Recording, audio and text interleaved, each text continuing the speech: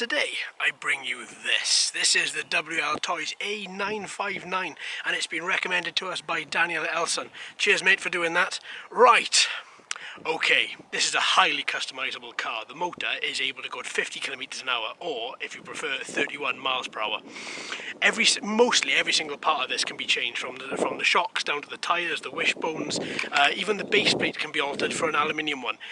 Even though I haven't made any mods to this yet, I have got a lot of parts coming for this guy. We're going to be using this guy a lot in the future. We've got quite a nice little flat top as well, which we can always attach an FPV camera to. Now, today I brought it back down into our little tarmac section here for a couple of reasons. I like how uneven and how bumpy this is, and these great big chunky tyres should be more than capable of handling this. Now the rims are plastic unfortunately, but I don't think that's going to bother us too much on here. Also, there's going to be a nice little surprise in this video. See if you can find what it is. Alright then folks, without further ado, let's take her out. Alright then, so what I've done for the second is just take the top off. We are going to just connect this and turn her on. Now we should have a little red flashing LED, which we do. And now with that I can get the push pins and we can put back on this little cover. There we go.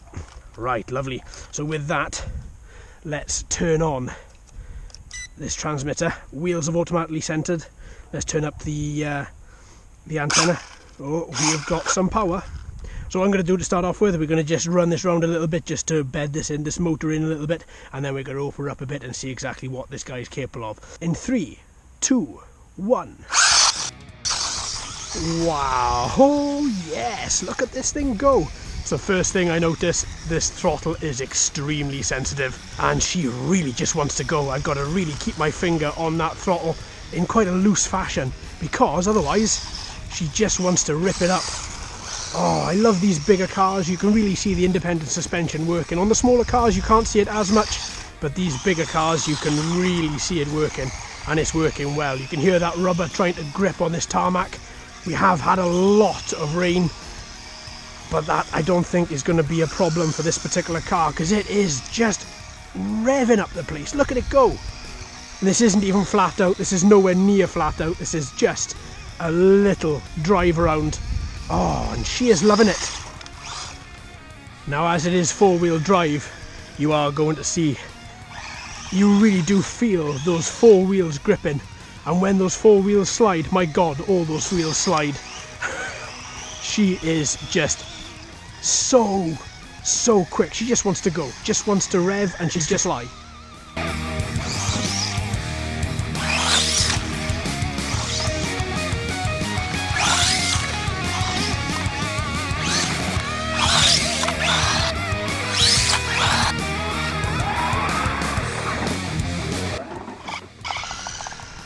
Okay, I think the battery is starting to go. You do only get you do only get 10 minutes of racing with this guy from an 1.5-hour charge, and I think we've had almost that full 10 minutes.